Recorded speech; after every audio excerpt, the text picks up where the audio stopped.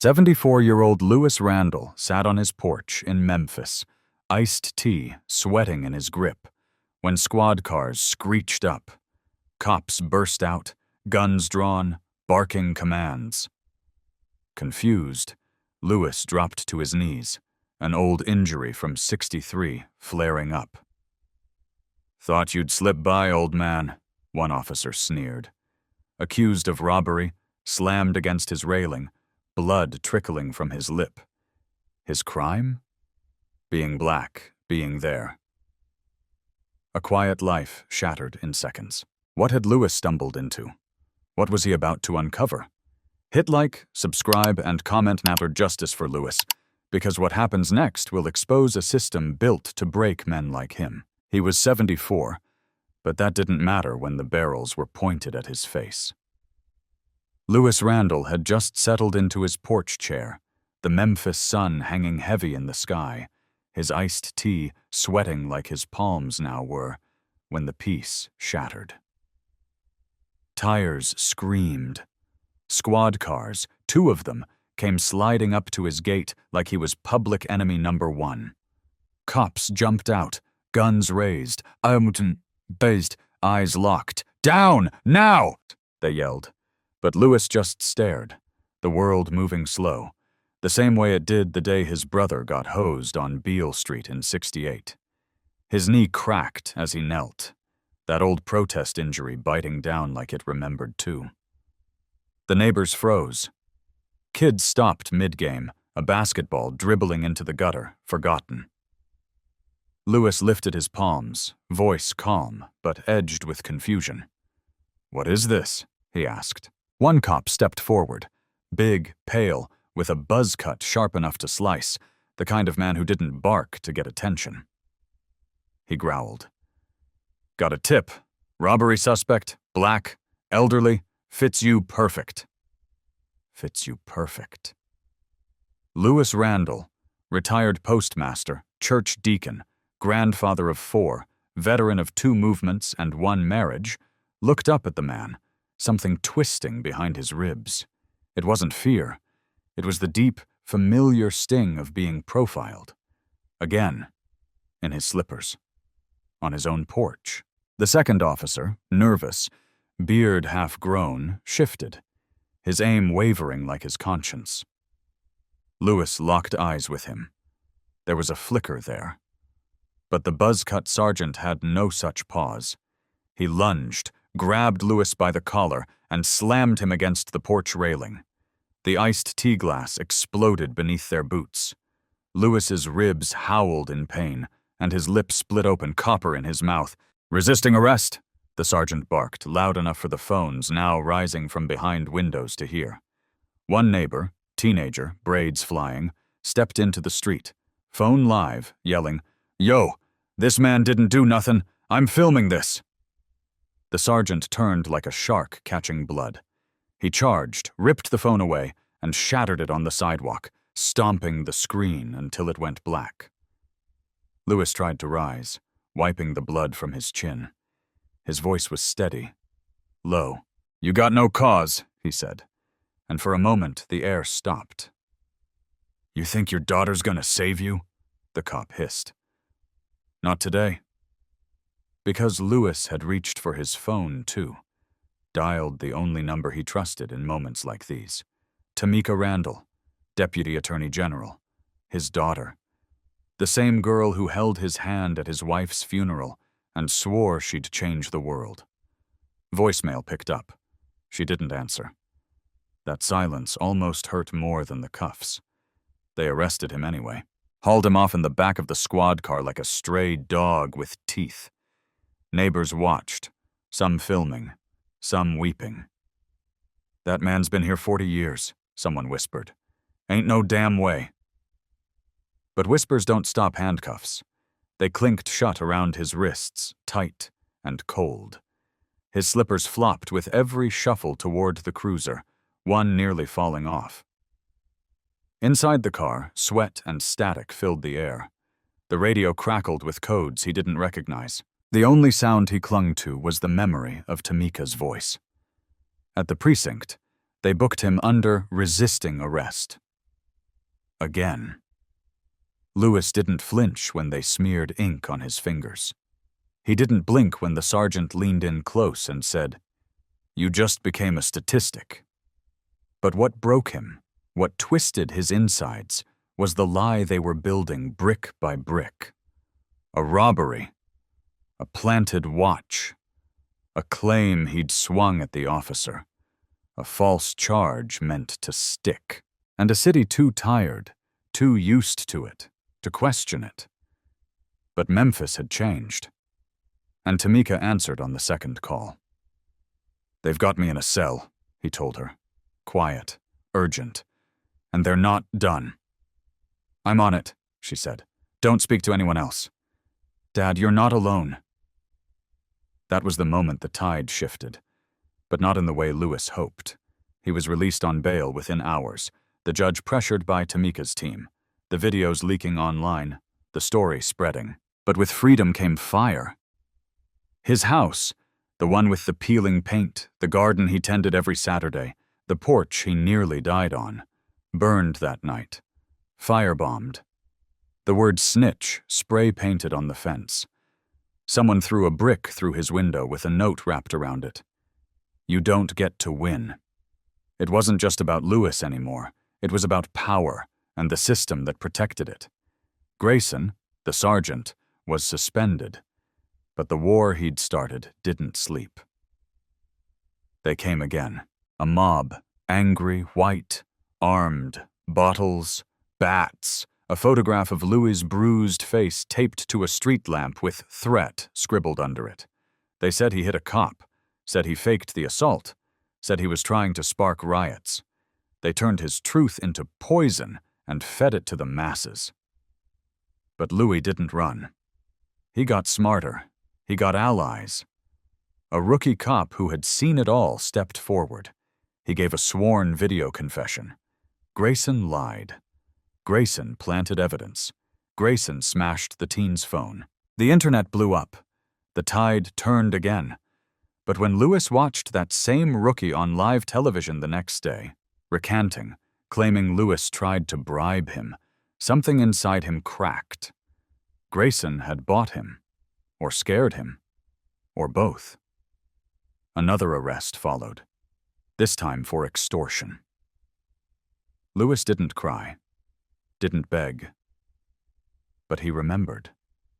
He remembered dogs, hoses, marches where men twice his size cried from the sting of injustice. And he remembered that survival wasn't just about walking free. It was about walking forward. And then came the firestorm. Tamika came back swinging, with proof, with files, with testimony, and finally, with video. That same rookie had secretly backed up the original confession. The footage aired. Grayson was tried, convicted, life without parole. A badge stripped from a man who thought fear was law. But that wasn't the end. Because even after the devil's jailed, the fire can still burn. A sniper's bullet grazed Lewis in recovery. Grayson's loyalists came out from the shadows. Militias, hate groups, a war relit. And still, Lewis stood. At 74, bruised, bandaged, and beaten, he stood. Because they burned his house, but not his voice. Because they tried to end his story. But now you're here, still listening, and it's only just begun. If Lewis Randle's fight lit a fire in you, smash that like button, subscribe to the channel, and drop a fire in the comments if you're ready for the next chapter in the battle for justice. Because tomorrow's twist? It changes everything. But tomorrow's twist? It changed everything. Because the day after the video aired and Grayson was sentenced, Lewis didn't get rest. He didn't get quiet. He got ambushed. At 4:12 a.m., just as the sky turned from black to bruised gray, 3 masked men in tactical gear kicked in the door of his motel safe house. The one Tamika had secured. The one the feds had cleared. They moved like they'd trained for it, silent, fast, ruthless. Lewis woke to the crack of wood, the hiss of gas, and the scream of his name. Not in fear, in warning. The nurse who'd been staying nearby, the same woman who had pulled him from the firebombed porch weeks earlier, was already charging in, barefoot, heart first. Her name was Raya, and that morning she saved Lewis's life a second time. But she didn't leave untouched. They pistol-whipped her to keep her down, dragged her out onto the pavement while Lewis crawled on hands and knees, lungs full of smoke, legs searing from the sniper graze that had never fully healed. He made it to the alley just as a pickup peeled out, tires screaming, leaving behind boot prints and a scrawled note nailed to the motel wall. 1 down, 2 to go. The fire didn't reach his room, but it didn't have to. They'd torn through his belongings, smashed his phone, ripped up legal documents, poured bleach over his clothes. It wasn't a hit. It was a message. You're not safe. He didn't sleep after that, neither did Tamika. Her federal title was already under review. Claims of bias, conflict of interest, using federal resources for personal crusades. She got demoted the next week. Not fired, not yet, but cut off. The new lead on the case? A man who used to play golf with Grayson, who called the militias concerned patriots, who said Lewis should be grateful to have had his day in court. Grateful for the broken ribs, the burned home, the betrayal on national television. Louis didn't scream. He did something worse. He started writing. A 74-year-old man, hands still shaking from trauma, with no laptop, no phone, and no home, sat down in a borrowed church basement and began penning the whole truth. Longhand, journals upon journals, every detail, every name, every scar. He wrote about 1963, when he was just a teenager, bloodied in Selma. He wrote about 1984, when a job promotion was stolen from him because he didn't fit the image. He wrote about how his wife died, waiting for an ambulance that took 42 minutes to come. He wrote about his daughter, stolen by addiction, buried without a headstone because he couldn't afford one. He wrote about the way people look at you when you're black and brave in the South, like you're a ticking bomb, even when you're just holding groceries. He wrote like his life depended on it, because it did. That manuscript became a fuse, and the day it leaked online, everything changed. Not because of how beautifully it was written, though it was, but because it was undeniable. His journals were time-stamped, scanned, notarized by 3 churches and 1 former judge. It told the whole story, not just of Grayson, but of the city. The cover-ups, the bribes, the nights the squad cars turned off their dash cams and the boys never came home. And suddenly, it wasn't just Lewis's fight anymore. It was a movement. People painted his name across murals, carried his words into protest chants, turned excerpts of his journals into TikTok videos, YouTube essays, classroom lessons. A group of high schoolers built a website called The Randle Record. And they didn't just tell his story, they investigated it. And what they found shook the city. Over 60 arrests linked to Grayson's old precinct were reviewed. 15 were overturned. 7 officers were suspended. 3 were charged. And the judge who'd signed every one of those old warrants without ever reading them quietly resigned. But Louis wasn't celebrating. He was coughing up blood. The hospital said it was stress, the trauma, the smoke from the fire that scorched the motel. But tests found more. Scar tissue on the lungs, microfractures in the rib cage, old injuries, compounding. His body was breaking down, but his spirit? Sharper than ever. He refused painkillers, said they dulled the fire, said he wanted to feel it all. "If my body's still screaming," he told Raya, "then I ain't done yet." Still, there were nights when he cried in silence, when the weight of all he'd lost sat like bricks on his chest. He missed his porch, his books, the quiet mornings. He missed drinking sweet tea in peace, without wondering if a red truck would round the corner with hate in its headlights. He missed anonymity, but he wouldn't trade it, because now when he walked, limping, bent, but upright, people stopped him. "Thank you. My brother's free because of you. My daughter said your journal made her want to become a lawyer. You're the reason I speak up now." And still, even with all that, they came again. This time it wasn't fire or fists. It was legal. A countersuit from Grayson's family. Claims that Lewis slandered his name, incited violence, ruined reputations. The lawyer they hired?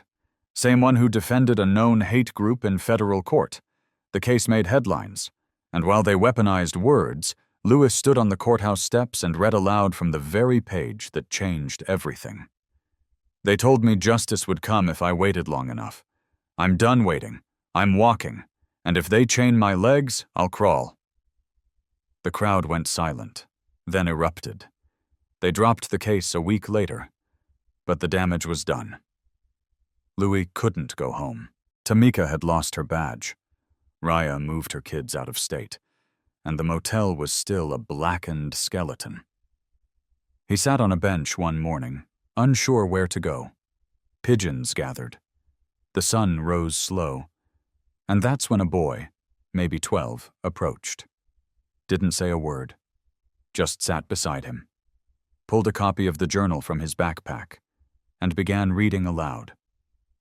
The two of them sat there until sundown. One old man, one young voice, one truth, still alive, still dangerous, still beating. So now you know. Now you understand why this isn't just about one man, why this isn't just a story. It's a declaration, a call, a challenge, a scream into the quiet that dares the world to listen. Lewis Randle didn't want fame. He wanted freedom, and he earned it, not by escaping the fire, but by walking through it with his head high and his heart wide open. And now we're asking you, are you walking with him? Drop a comment with a pen if his journal shook something loose in you. Hit that like button if his pain turned into your purpose. And subscribe if you're ready to build the kind of future where no man like Lewis has to bleed just to be heard. Because the next chapter? You write it. We all do. Together. This is more than a story. It's a movement. And it starts with truth. But truth doesn't end the war.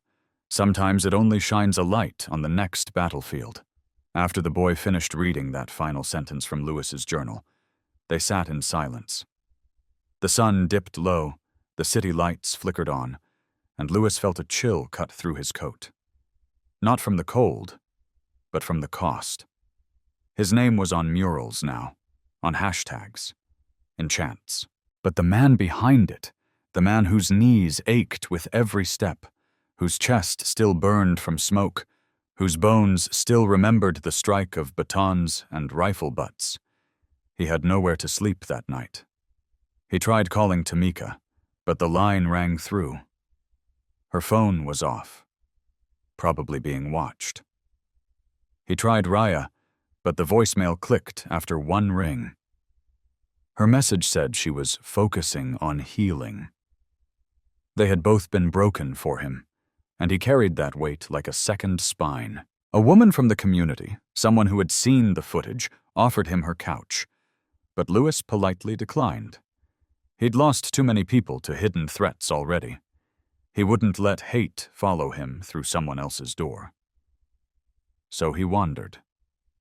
From dusk into midnight, with only his journal pressed to his chest. It was bent now, pages stained from sweat and rain, but it was his anchor, and in it were the names of every person who'd thanked him, every person who'd suffered and stayed silent, every story someone else wanted buried. That night, Lewis slept on the pew of an old church downtown. He didn't ask permission.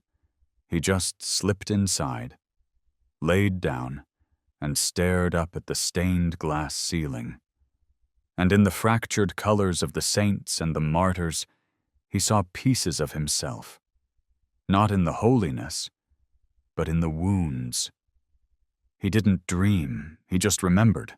The first boy they arrested on his block when he was just 9. The time he walked into a grocery store and was followed by 2 clerks and a cop. The moment he held his wife's hand in the hospital while she whispered, "I don't feel safe here." The echo of his daughter's cries when they took her baby because the environment wasn't stable. It wasn't one moment that shaped him. It was all of them. And still, Lewis stood. In the morning, the pastor found him. Didn't ask questions, just brought him coffee. Sat down beside him. Said, "We heard your words. They matter."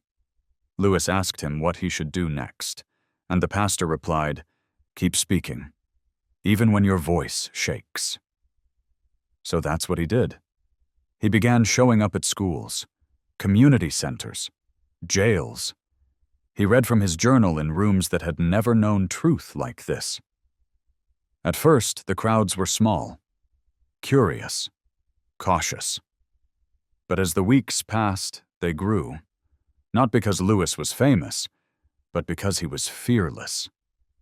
He told them about Grayson, about the rookie who flipped, about the sniper, about the fire, and about the boy who sat beside him and read his story out loud like it mattered. Because it did.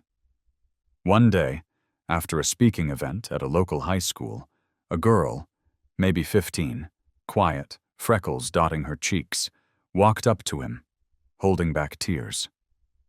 "My brother's gone," she said. "They said it was drugs, but I know they planted it, I know." Louis didn't promise her justice. He promised her belief. And that belief? It cracked the dam wide open.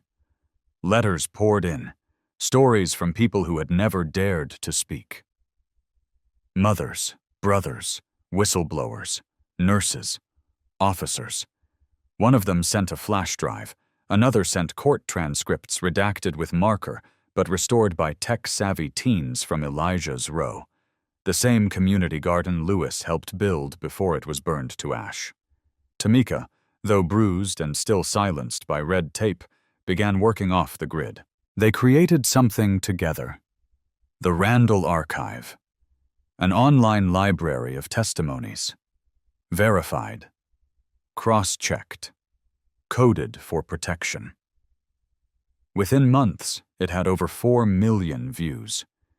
And then the attacks came again. Not physical this time, digital. His name was smeared across disinformation blogs. They called him a fraud, a terrorist, a puppet. One video even claimed he faked the sniper wound, used ketchup. Lewis didn't reply. He just posted another journal entry. It read, "If truth makes you tremble, maybe it's because your house was built on lies." And the people? They stood with him. Students walked out of class holding signs that read, "I am Lewis Randle."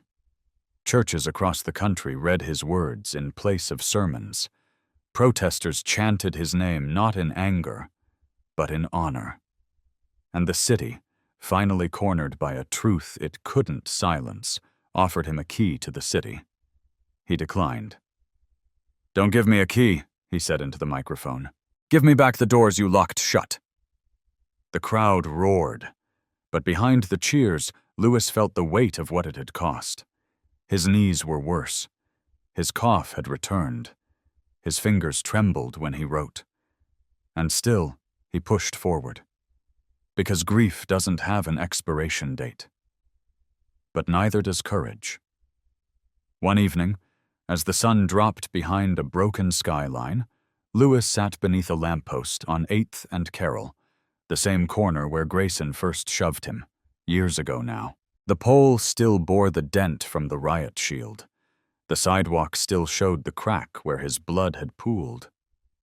But now, there was a mural. Of him. Of Tamika.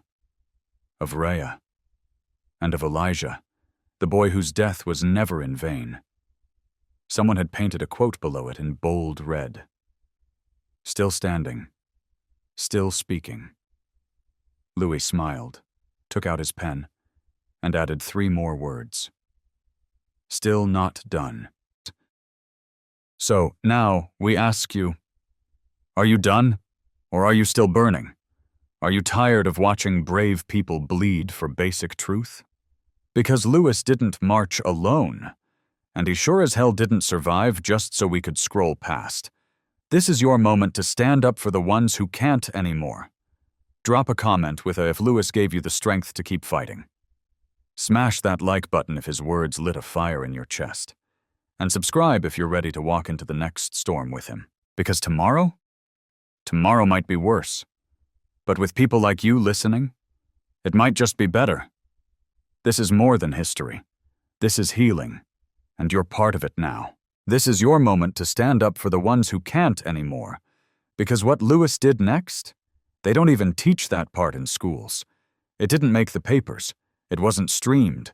There was no press conference, no candlelight vigil, because it wasn't supposed to happen. It was supposed to be impossible, too dangerous, too unbelievable. But Louis Randle, at 74 years old, knees brittle, lungs tight, still limping from that sniper's graze, broke into a police archive building at midnight. No, not with guns, not with a crew, with truth. And a key. A stolen key. No one knows how he got it.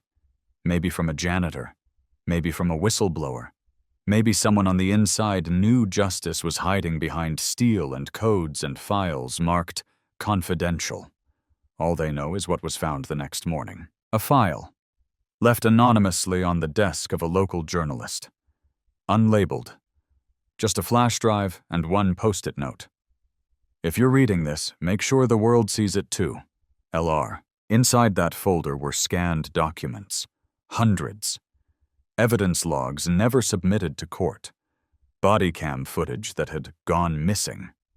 Internal memos between Grayson and a group of officers. Coded, callous, damning. One clip in particular went viral. Grayson laughing as he watched a black teenager's arrest on a monitor, turning to another officer and saying, "Just another bonus." But that wasn't the only thing in the folder. There was one video, longer, older, grainier, showing an interrogation room from 2 decades prior. And sitting in the corner of that room, handcuffed and bruised, was a young Louis Randle.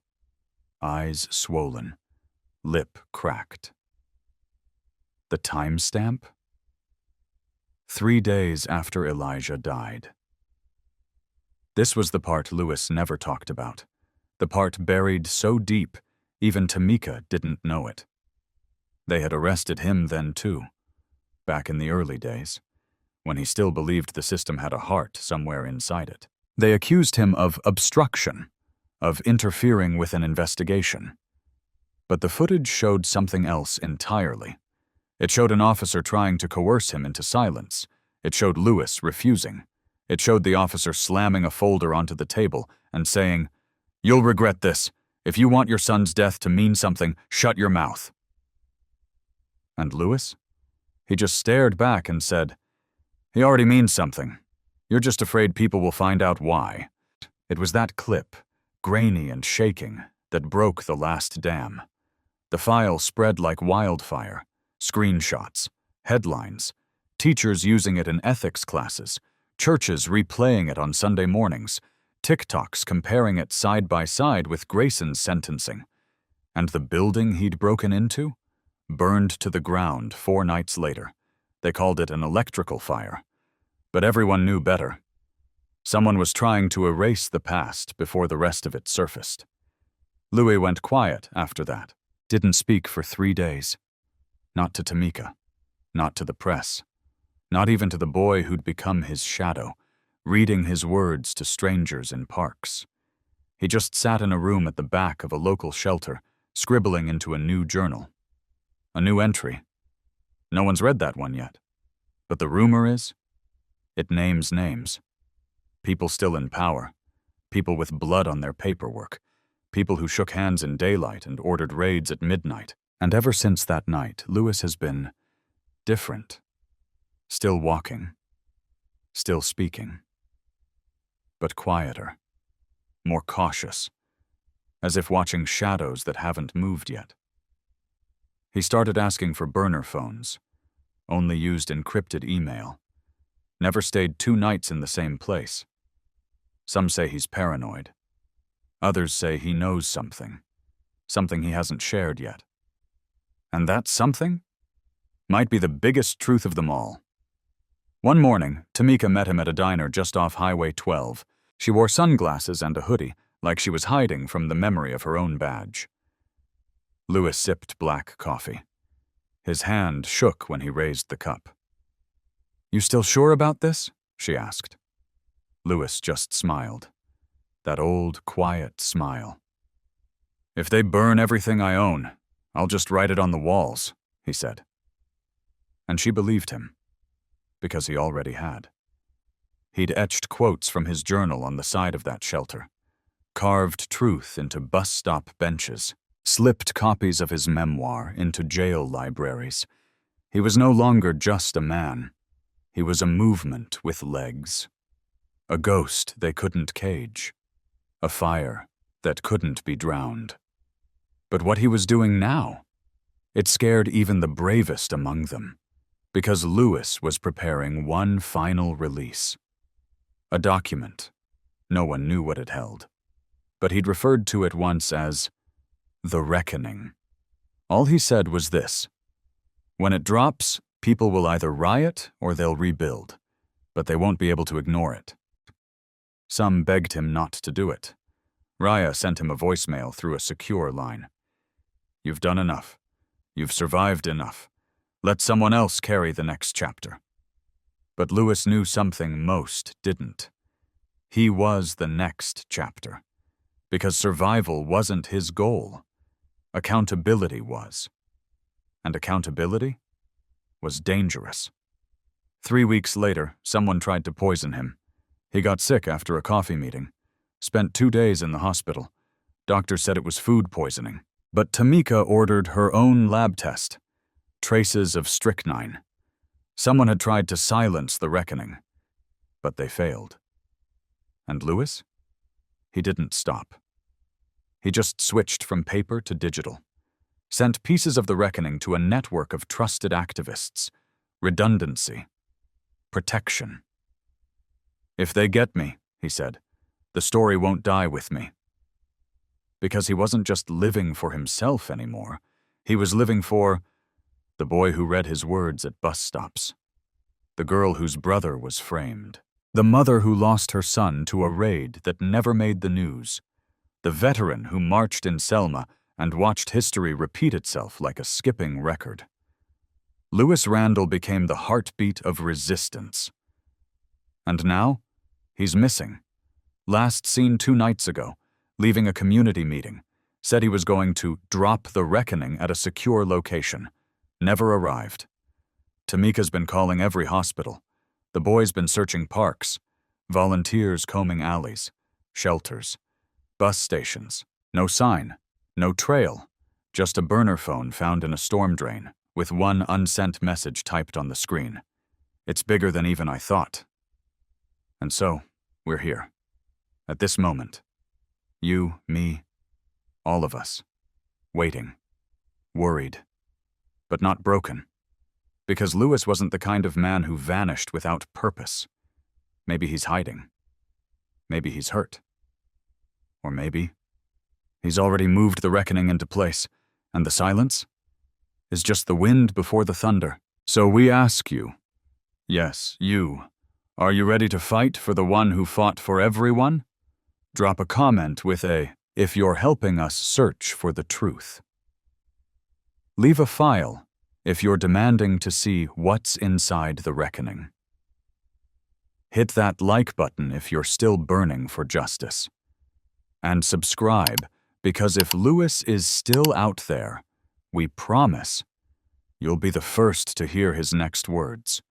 And if he's not, then we speak for him now, because Lewis Randle didn't just write a journal, he wrote a revolution.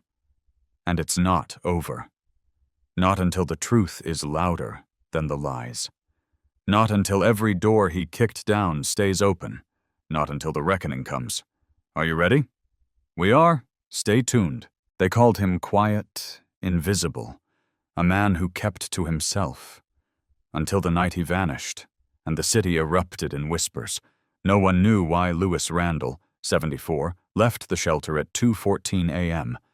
But when nearby street cameras were reviewed the next day, they caught him slipping through the alley behind City Hall. A limp in his left leg, a duffel bag slung over his shoulder, and in his right hand, something gleaming, something heavy, something that didn't belong. For nearly 4 decades, Lewis had been a janitor, a mentor, a firebrand with no mic, just a mop and a memory. He'd swept courtrooms where judges lied and cleaned corridors where justice rotted under fluorescent light. A widower, a father, a man with old scars and new truths.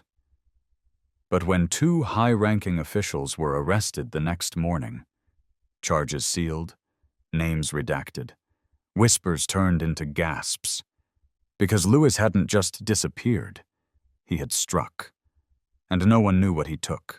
They tried to spin it, said he was unstable, a troubled elder who confused fantasy with fact. But those who knew him, really knew him, said otherwise. Because when Tamika flew in to find him, Lewis's room was stripped clean, mattress gone, closets bare, floorboards pried up, and in the sink, soaked in bleach, sat a single strip of paper. They lied to you. They lied to all of us. That's when the real digging started. A local reporter unearthed security footage from the previous month, grainy, time-stamped 3:07 a.m. It showed Lewis, hooded and alone, unlocking a door labeled Evidence Storage, Level B beneath the courthouse. He didn't swipe a badge. He didn't punch a code. He just walked in, like he'd always had the key. And maybe he had. Because before they called him the Ghost of Memphis, before his face ended up on protest signs, Lewis Randle was something else, something sealed. A veteran with a blacked-out file, a man who'd once served as a military intelligence analyst before vanishing into the civilian workforce. He never spoke of it, never bragged. But those eyes? Those were not janitor eyes.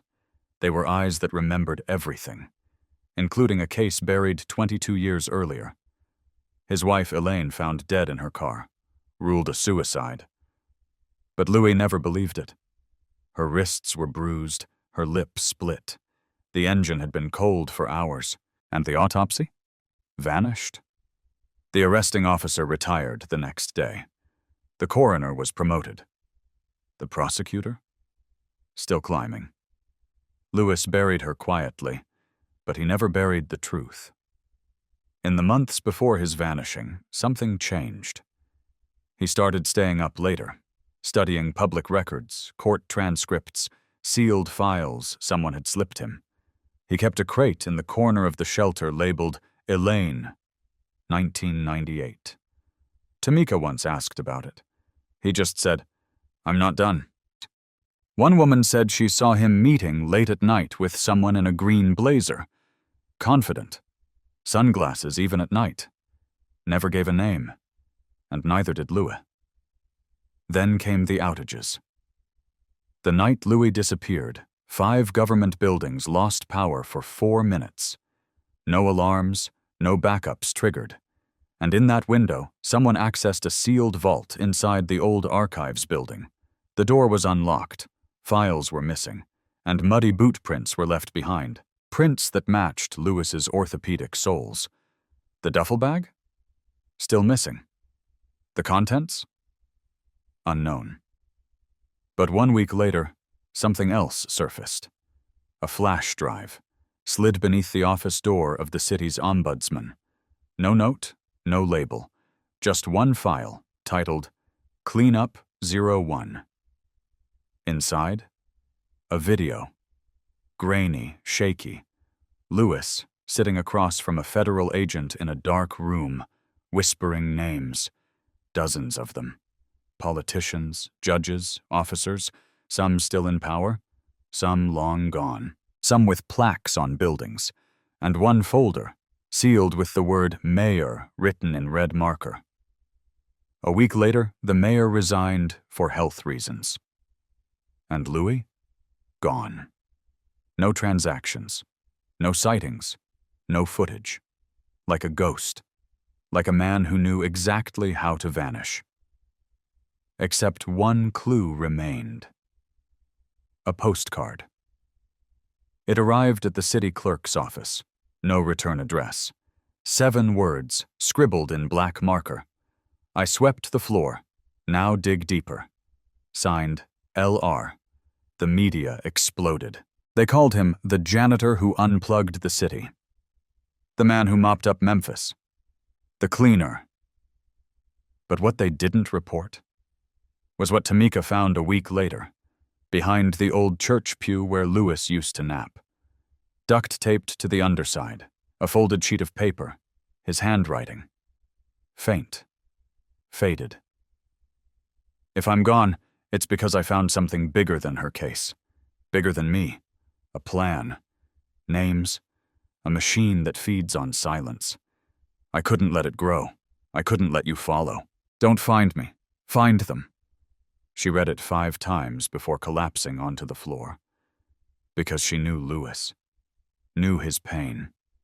Knew his truth. But this? This meant he had uncovered something catastrophic. Something still alive. And now? People wonder, where is he? Is he hiding in plain sight? Disguised in another city? Is he buried beneath the system he exposed? Or is he watching?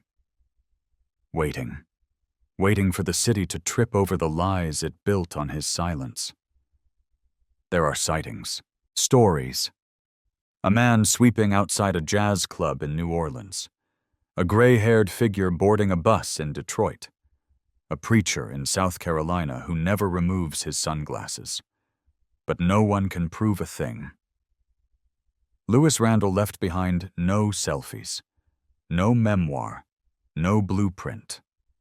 Just one final message, burned into a USB found on the mayor's former assistant's laptop. The system wasn't broken. It was built to break us.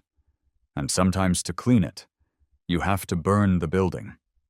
So now we ask you, what do you think Louis did? Did he crack the code? Take the proof and flee? Did he light the fuse and slip into legend? Would you have done the same? Would you risk it all, your job, your peace, your life, to expose the thing that stole everything?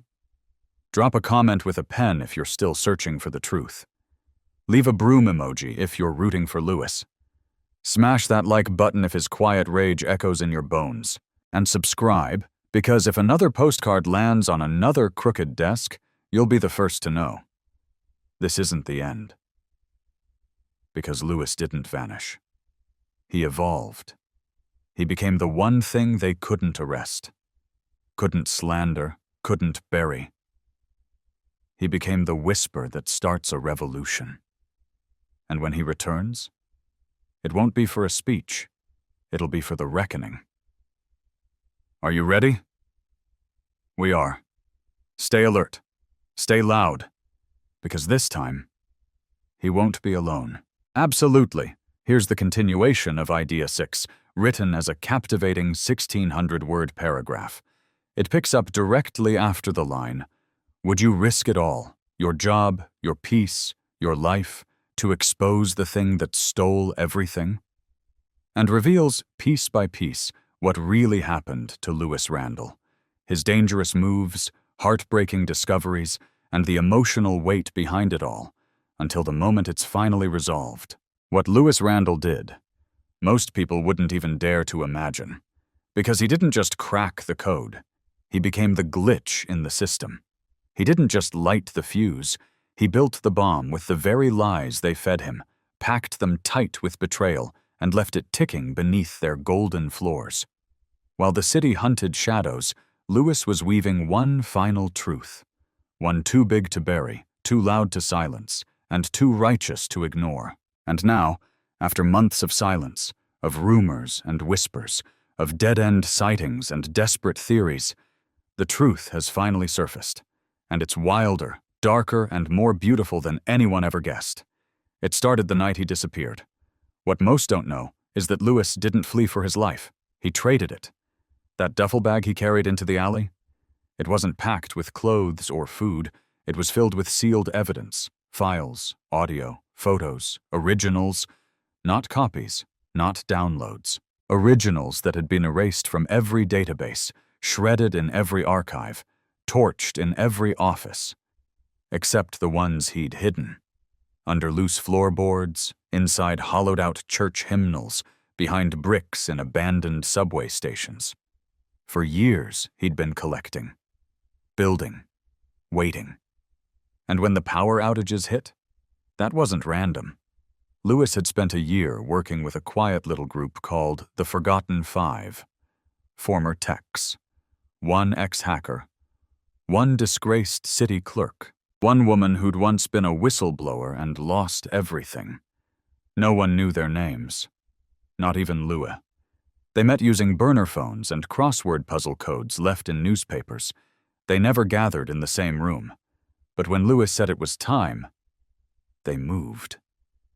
And in that 4-minute blackout window, the city's most protected secrets were downloaded onto a server rigged to only unlock if Lewis failed to check in after 7 days. Insurance. Because Lewis wasn't just fighting to win. He was fighting to make sure they couldn't bury him again. But he didn't expect what came next. The moment the files were uploaded, the city turned to wolves. The mayor went on sabbatical. The police chief resigned. 3 judges filed for early retirement within 72 hours, and the man who'd signed off on Elaine's autopsy, he vanished. Phone off, house for sale, passport flagged trying to board a plane to Dubai, and yet Lewis remained silent. No speech, no return. Until one email leaked to the press, sent from a scrambled address routed through 5 countries. It contained a single video. Black screen. Then Lewis's voice. "I was never here to be a hero," he said, voice calm and low. "I was here to be the janitor, the one who stays late when everyone's gone, the one who cleans the blood off the floor and never asks who spilled it. But when they killed Elaine, they made one mistake. They left the mop in my hands, and I've been cleaning ever since." The video cut to black, and the world ignited. Protests surged. Students flooded streets. Churches canceled sermons to read Lewis's journal entries out loud. Anonymous groups flooded city servers with quotes from his writing. This building leaks, not because of water, but because of truth. But where was he? Turns out the truth was harder than anyone knew, because Lewis wasn't hiding. He was trapped. The night he vanished, Lewis was intercepted on the way to a drop-off site. A black van, no license plate, no markings, just a badge and a threat. And then darkness. They didn't kill him. They caged him. A private facility. Off the books. Paid for by a contractor tied to a police union pack. No records. No guards in uniform. Just cement, silence, and 2 lights that never shut off. Lewis spent 62 days in that place. No contact. No outside noise. Just questions. Where was the rest of the proof? Who helped him? What did he plan next? He didn't answer. Not once. Instead, he recited scripture. Old jazz lyrics. The names of every person who died under mysterious circumstances that were quietly ruled accidental. They tried isolation, didn't work. They tried drugs, didn't stick. They tried fear. But Lewis Randle had already lost everything. The only thing they could take now was their own power. And that's when the storm hit. One of the Forgotten Five, a coder named Ren, barely 28, hacked a Homeland Security drone feed and confirmed what no one wanted to believe. Louis was alive. Not just that, he was being held. That footage broke the internet. The white walls, the flickering bulb. Louis, thin, slower, eyes sunken, but smiling. Still defiant, still unbroken. Tamika called in every favor. Lawyers, senators. She risked arrest, threatened networks, blew the whistle louder than ever. And it worked. An anonymous tip was sent to a federal investigator. An emergency motion was filed, and in a move that shook the justice system to its core, Louis Randle was found and released. He walked out barefoot, shackled, but upright. And when they asked him what he wanted to say to the city, he only said 5 words. "You should have killed me sooner." The silence after that was deafening. The mayor's office shut down for renovations. Half the city council resigned. The prosecutor who called Louis a liar? Disbarred. And the assistant who had kept a backup of the Elaine file quietly left town with 2 bodyguards and a suitcase full of cash. Louis didn't speak again for 10 days. Not until he stood outside City Hall, in the same corduroy jacket he wore the day Grayson shoved him down those courthouse steps, and read one final entry from his journal. It wasn't rage. It wasn't vengeance. It was love. To the ones they hurt, to the ones they forgot, to the ones they lied to and left behind, I didn't do this to be seen. I did it because someone had to. Because silence was killing us slow. Because I got tired of scrubbing their sins while they celebrated their innocence. I don't need a statue. I don't want a plaque. I just want my wife to rest knowing her name didn't die in vain. I want my daughter to raise her children in a world where the truth isn't a luxury. And I want every janitor, every bus driver, every grandmother and street vendor to know, justice isn't above you. It belongs to you. And if I'm gone tomorrow, know this. I didn't die cleaning. I lived dismantling. The city wept. Some screamed. Most just stood in silence, hearts breaking open. Because finally, they understood. This wasn't just about Louis. It was about everything he lost to make the rest of us feel seen. He didn't just crack the system. He dismantled it brick by brick, with calloused hands and a notebook full of names. And now, he's free. Still limping, still writing. Still moving from town to town, staying one step ahead of the machine trying to rebuild itself. But people see him now, and more importantly, they hear him.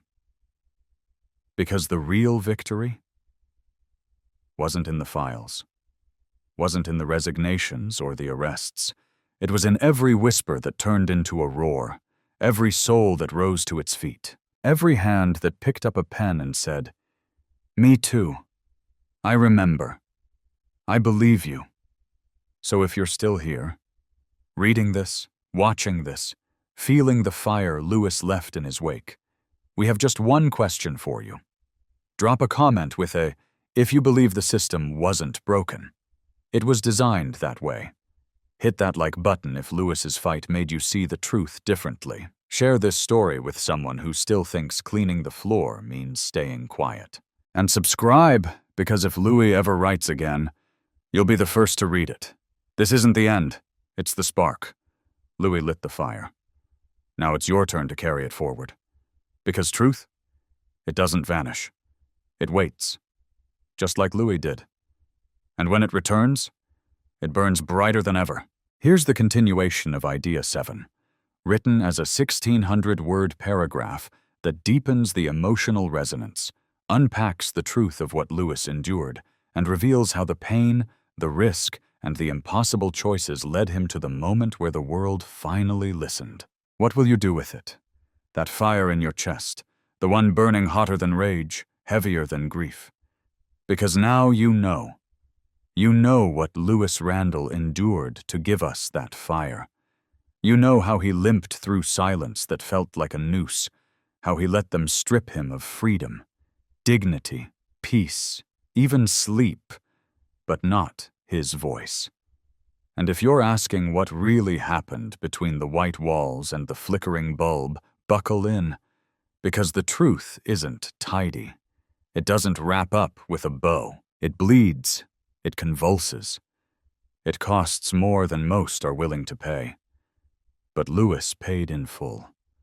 And the receipts are burned into every headline they tried to bury, every whisper they hoped would fade, every crooked hand that trembled the day his voice returned. After his release, reporters begged him for an interview. News anchors swarmed Tamika. Podcasts offered 6 figures for an exclusive, but Louis declined them all. Instead, he returned to the steps of the city hall. No stage, no lights, just a folding chair, a duffel bag full of journals, and his daughter by his side. The city buzzed with theories, but Lewis didn't feed the frenzy. He sat there for 6 days straight, reading a different page aloud each afternoon. Just one entry at a time. Some days, he wept. Some days, he roared. But every word rang with the kind of clarity that made even cynics lean in. Entry number 318. The day he found out the officer who signed his wife's death certificate was promoted less than 24 hours later. Entry number 404. The coded ledgers he discovered tucked inside the courthouse basement. Bribes, payouts, silenced victims. Entry 512. The recording, a single phrase whispered by the city attorney in a hallway. Unaware a janitor stood nearby. If he ever wakes up, we bury him for good. And still, Lewis did not rage. He recounted. He revealed. And he let the truth stand naked in the street where they once dragged him in cuffs. The city couldn't look away anymore. Every day, more people gathered. Teachers brought their students. Bus drivers parked mid-route to listen. A local chef handed out hot food for free. And on the 6th day, when Lewis finished the last page, he stood up, slow, painful, deliberate, and turned to the crowd. What happens next, he said, is on you. And then he walked away. But that's not where it ends. Because what you didn't know, what even Tamika didn't know at the time, was that Lewis had made a deal. The kind of deal that only makes sense when your back's against the wall and the devil's knocking with a warrant. When he was taken to that off-the-books facility, they made him an offer. Confess to falsifying records. Take the fall for leaking classified evidence. Serve 15 quiet years in federal custody. No trial, no headlines, and the city would donate anonymously to a scholarship fund in Elaine's name. Tamika would be cleared. Raya would get her job back. No more attacks. No more bombs. Just silence. The clean kind. The deadly kind. He said no. But the second offer? That was worse. Discredit the proof. Say it was altered. Blame a third party. Pretend you were manipulated. Say you're sick. Say you've got dementia. Say you're sorry. Louis smiled at them. I'd rather die remembering than live forgetting. So they punished him. No light for 10 days. Food every other. The sound of Elaine's voice looped over a speaker they said was a gift from old tapes. But Louis did what he'd always done. He listened. He remembered. He wrote.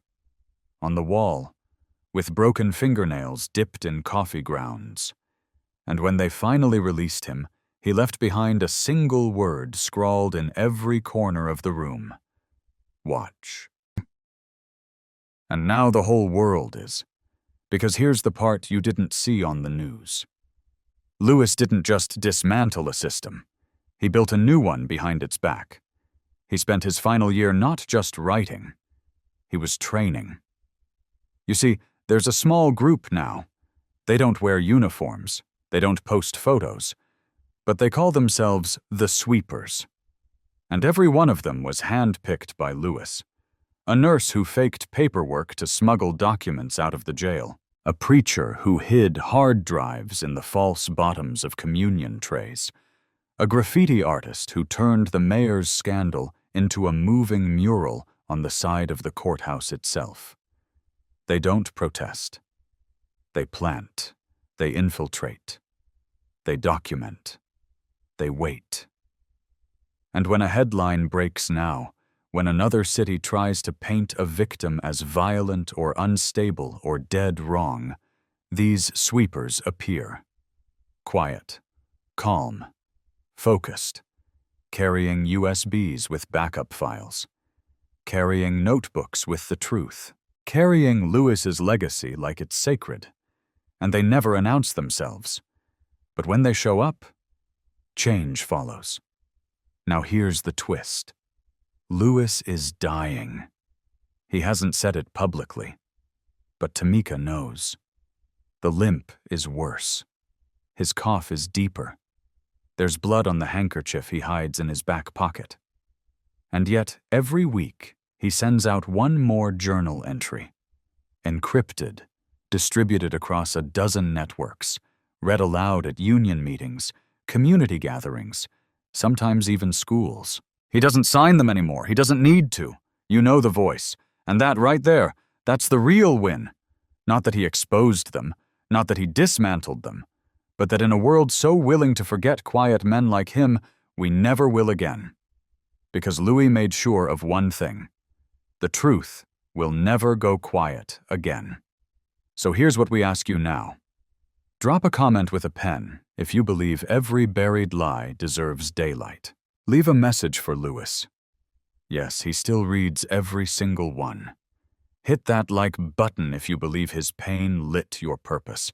And subscribe, because we've got his back now. We carry the notebook. We remember the names. And when the next crooked floor needs cleaning, we won't wait for permission. We'll sweep. Because Lewis Randle's voice is no longer alone. It's a chorus now, and we're just getting started. So here we are, at the end of the fire, the flood, the fight. And if you've stayed with us through every lie, every wound, every riot and whisper and courthouse betrayal, then you already know this isn't just a story. It's a mirror, one that reflects who we are, who we've let ourselves become, and who we still have time to be. Because Lewis Randle's name isn't just etched into the history of a broken city. It's etched into every soul who ever thought they were too quiet, too old, too tired, too invisible to change something that felt immovable. But Louis did change it. And this, what you're hearing now, this is the echo of a man who refused to die scrubbing someone else's sins. When the last file was released, publicly, universally, irreversibly, the city gasped like a body pulled from drowning.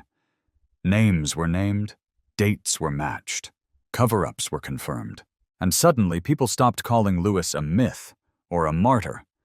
They started calling him what he always was, a man who loved deeply, who hurt silently, who burned everything down just to clear the smoke from our eyes.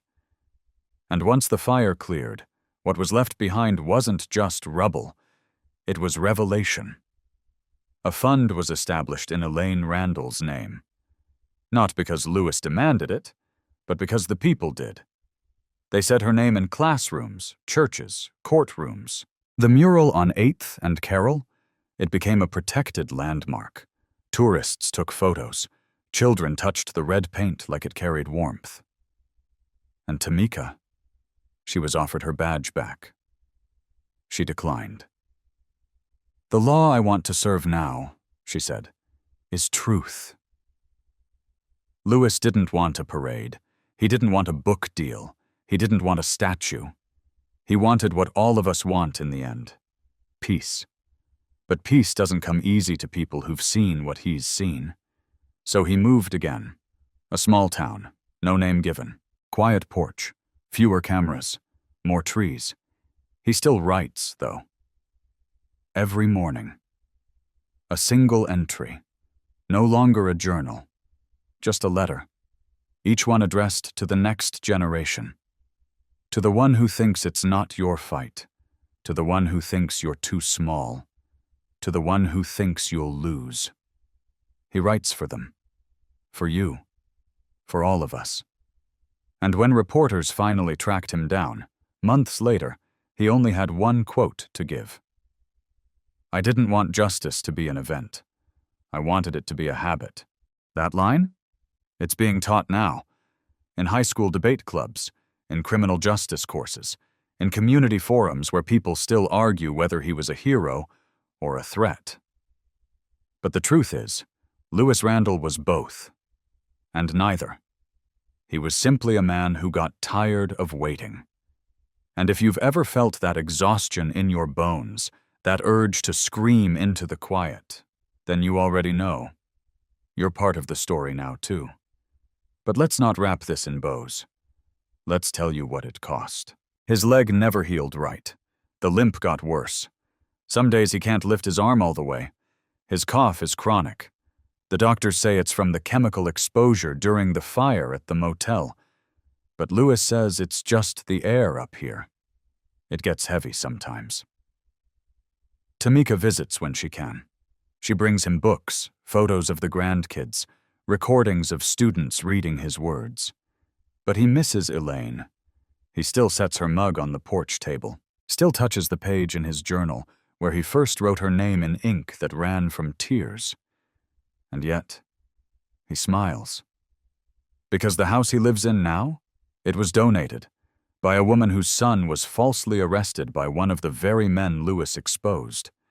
She never got her apology, but she gave Louis a roof, and he filled it with plants, paintings, and letters from strangers. Thousands of them.